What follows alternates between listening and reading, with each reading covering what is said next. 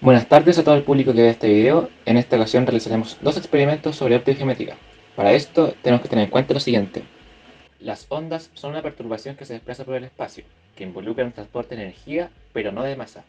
Existen dos tipos principales de ondas, las mecánicas y las electromagnéticas. Estas últimas no requieren un medio para propagarse. Algunos ejemplos son las ondas de radio, las señales de televisión y la luz visible.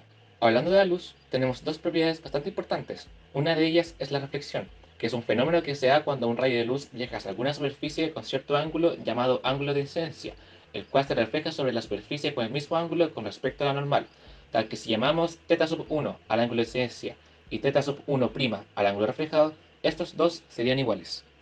Por otro lado, tenemos que cuando un rayo penetra desde un medio A hacia un medio B, este se desvía en la frontera entre ambas superficies. Esta propiedad de la luz se llama refracción, y se puede apreciar en la siguiente imagen, en donde el rayo de luz entra con un ángulo de incidencia θ1 respecto a la normal y se refleja con un ángulo distinto llamado θ2. La ley de Snell postula que la multiplicación del índice de refracción por el seno del ángulo de incidencia respecto a la normal es constante para cualquier rayo de luz incidiendo sobre la superficie que separa ambos medios. Es decir, cuando la luz pasa de un medio 1 a un medio 2 con distintos índices de refracción, varía la longitud de onda del rayo de luz, pero la frecuencia permanece constante. Para explicar el efecto Tyndall hemos de considerar el concepto de coloide. Un coloide es una dispersión de partículas de una sustancia en un medio dispersor formado por otra sustancia.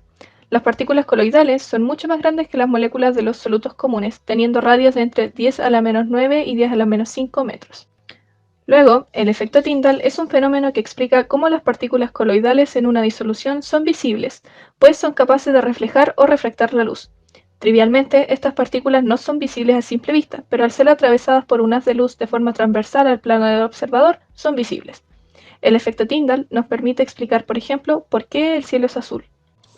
A continuación, los materiales que ocuparemos para el primer experimento son un puntero láser rojo, un vaso de vidrio, agua, colorante de comida amarillo y crema de leche a temperatura ambiente. El primer experimento consiste en comprobar el efecto Tyndall. Para esto hicimos pasar la luz del láser a través del vaso sin nada dentro. Luego llenamos un vaso de vidrio limpio, con agua igualmente limpia, y repetimos lo mismo. No se puede observar el rayo de luz. Posterior a esto, pusimos una pequeña cantidad de crema de leche líquida en el agua para que ésta se volviese más oscura. Esta vez, al hacer pasar un rayo de luz por el medio, fuimos capaces de observar el haz de luz roja. Sin embargo, no ocurrió lo mismo cuando en vez de crema de leche pusimos colorante amarillo en el agua pura. Para el segundo experimento, haremos uso del mismo puntero láser, acompañado de una botella plástica con un agujero, agua y un recipiente de vidrio rectangular. Para el segundo experimento, se busca observar el fenómeno de la reflexión total interna mediante dos procedimientos. Para el primero, usamos el puntero y el recipiente rectangular con agua. Al posicionar el láser desde abajo del recipiente con un cierto ángulo, pudimos observar que el haz de luz se comenzaba a repetir, formando así pequeñas líneas que no se cruzan entre sí, formando un patrón triangular. Esto se apreció mejor al ensuciar el agua. Para el segundo procedimiento, utilizamos el mismo puntero láser. Además, llenamos de agua el lavamanos del baño y utilizamos una botella agujerada. Lo que hicimos fue hacer pasar la luz del láser a través del agujero mientras el agua salía de la botella y caía en el lavamanos. Pudimos observar que cuando el láser pasaba junto con el agua, se iluminaba también el agua del lavamanos, como si la luz viajase con el agua de la botella mientras ésta fluía de la botella al depósito. Del experimento del efecto Tyndall, consideramos que al pasar el rayo de luz por un medio limpio como el agua pura y el colorante disuelto en agua, la luz no se refracta. Pero al pasar el rayo por un medio turbio como el agua oscurecida con la crema de leche, podemos ver este haz de luz.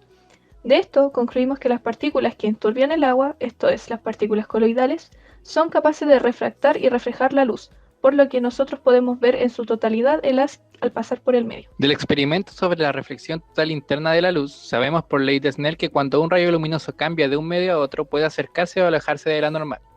A medida que aumenta el ángulo de incidencia en el láser, el rayo refractado puede alcanzar un ángulo de 90 grados con respecto a la normal. Este ángulo se conoce como el ángulo crítico. Como vimos, si aumentamos más aún el ángulo de incidencia, el rayo incidente y el rayo refractado se quedan en el mismo medio. Eso es, que el haz de luz no llega a traspasar el agua, sino que queda confinado en ella, como pudimos observar. Ahora, ¿tiene esto que ver solo con el ángulo de incidencia o podemos pensar en alguna otra explicación? Notemos que las densidades de los medios por los cuales pasa el rayo son conocidos, tal que la densidad del aire es mucho menor a la del agua, con lo que podríamos aventurarnos a decir que quizá el fenómeno de reflexión total interna se da solo en casos donde el rayo de luz viaja de medios más densos como el agua a menos densos como el aire. Finalmente concluimos que cuando un haz de luz pasa de un medio más denso a uno menos denso, se produce la reflexión interna total.